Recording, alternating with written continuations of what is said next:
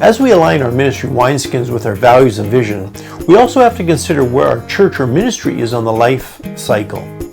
Every organization, like a living organism, is born, lives its life, and eventually it can also come to an end. In this episode, we want to discover if ministry decline is inevitable, and if not, how do we make sure it doesn't happen to us?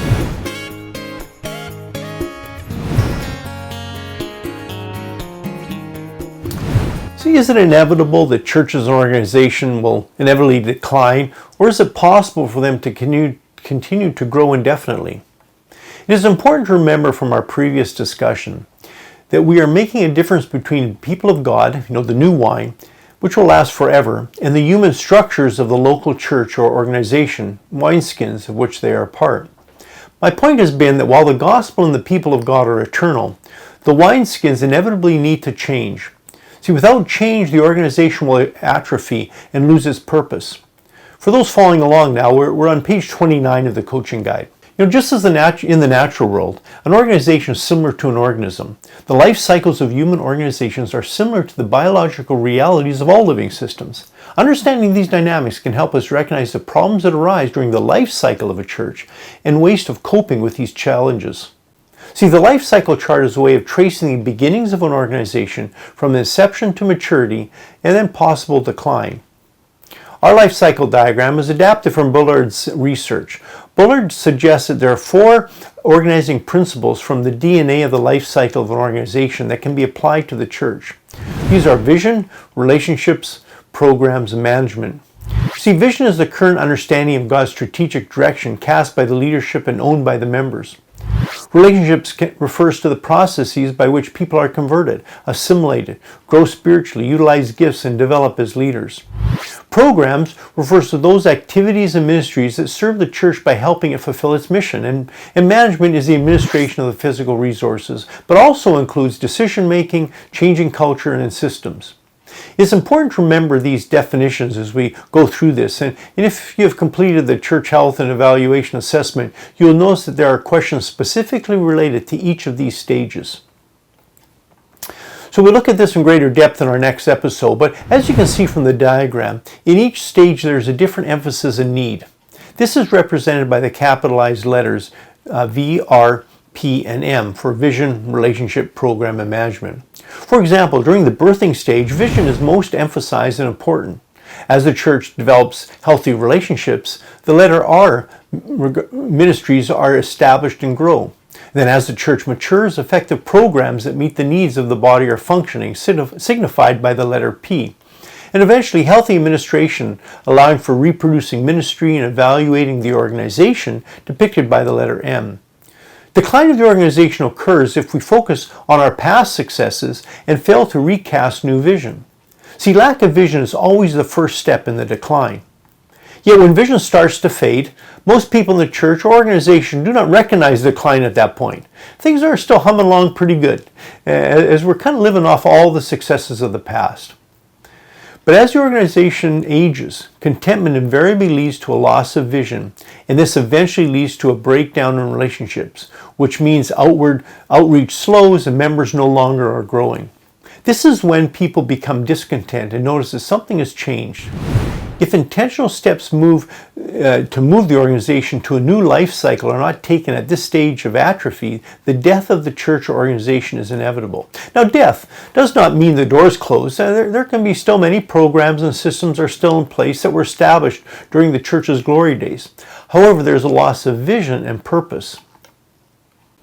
The typical stages of a life cycle have been described as birth, startup, growth, maturity, revitalization, decline, and death. Understanding the life cycle model also helps us to show how the problems and challenges of a church shift as the church grows and develops. However, it's important to point out that not all churches move through the life cycle sequentially or inevitably.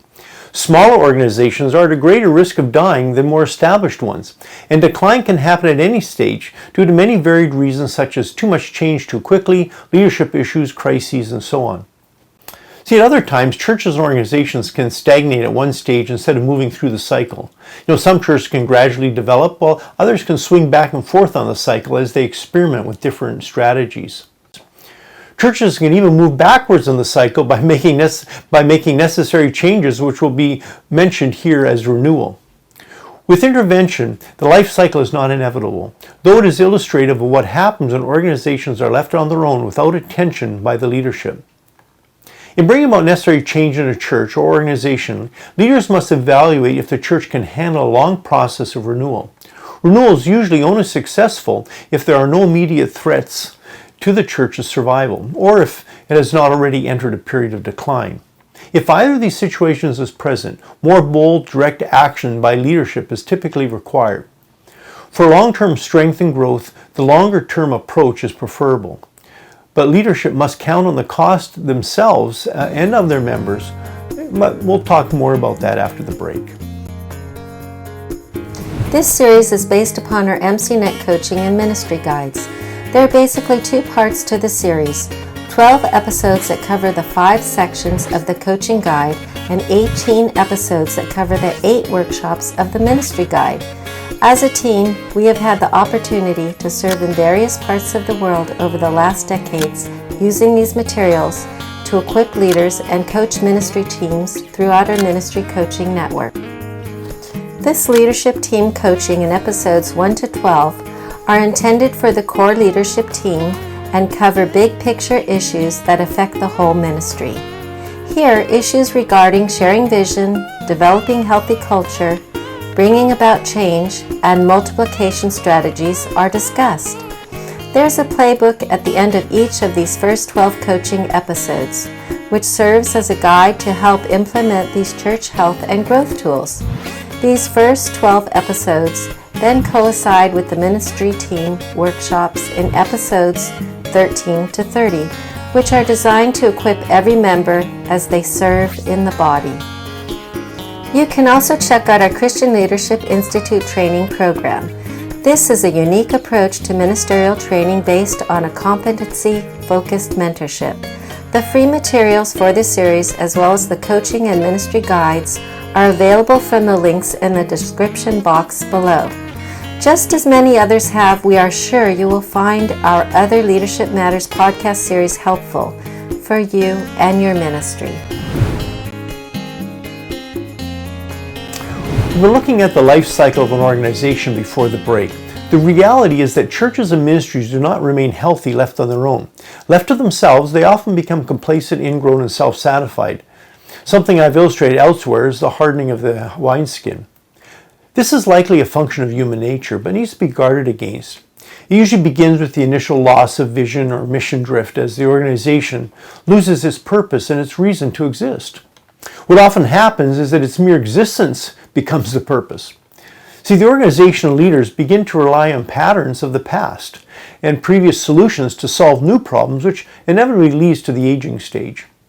The more successful a church or organization has been, the greater the tendency to rest on its past success, which then leads to a quicker decline. As a church begins to go through the declining stage on the life cycle, there are several stages of decline that can be noticed. The first stage to decline is the blinded stage. At this point, early warning signs are usually ignored or avoided as things are still going along pretty good in the organization. But this inevitably leads to the second inactive stage, where decline becomes more noticeable as there are increasingly internal problems. But usually at this stage, leaders are again hesitant to take action, as there's still hope that things will get better. Yet on their own, they seldom do. The faulty action stage, it becomes clear that the church is in decline. Through objective measurements such as losing members, decline can no longer be rationalized. At this point, leaders often take short-term kind of interim measures that deal only with the symptoms. Better music, pastoral change, tinkering with the visible stuff. At this point, we're still resistant to making major plans to reorganize or implement action that may be painful. Change is tough, and not that long ago, things were going so good. How did all this happen? Yet dealing with issues at this point can have a profound impact and stop the decline. But while if action is not taken, or if only outward cosmetic change is implemented, it will inevitably lead the church to the crisis stage, the fourth one. And this is actually the last stage for reversal. At this stage, depending on the context of the church, there's either slow erosion or rapid loss, and the ongoing effectiveness of the ministry decreases substantially. See, if nothing is done at this point, dissolution is inevitable. At this final stage, decline is irreversible. Depending on the context of the ministry, the church can flounder for years, keeping the lights on, or shut its doors quickly. But in either case, it ceases to fulfill the reason for its existence. Decline can be reversed at any stage except the last. By taking steps, leaders can create the right climate for renewal that can revitalize the ministry. But without action, death is the ultimate result in the life cycle. Depending on the situation, either bold steps need to be taken or a long-term plan of change needs to be embarked upon. As leadership, we typically respond in three predictable ways to decline. Our first reaction is to take steps that are needed to provide short-term relief from the crisis. But as we discussed in our last segment on the laws of a system, this seldom solves the real problem. Another option is to take bold steps that involve strategic moves towards recovery. This usually satisfies the masses, but again, seldom solves the real problem and just kind of kicks it further down the road, hopefully past the time when we are already gone. However, the most effective way to deal with decline is to take steps that deal with the underlying reasons of the decline. As the laws of the system and principles of organizational life cycle illustrate, this is never easy. It is usually the tougher decisions that may make things worse before they get better and may not seem to solve the symptoms in the short term. Of course, if this was easy, everybody would be doing it, right? In an upcoming episode, I'll focus on leadership transition, but as I wrap up this episode, let me just offer a few thoughts here. The transition of leadership is one of the key times of potential crisis in a church. This is particularly the case when a church or organization has been led by a founder. During this transition, conflicts often arise between members who like the style or culture of the founding leaders and those who did not. And this transition is difficult as entrepreneurs, who tend to be the founders, often maintain high levels of influence. If the founder remains dominant, there's often little change possible in the church moving forward. It is at these times of succession that there's a real possibility of change within the organization.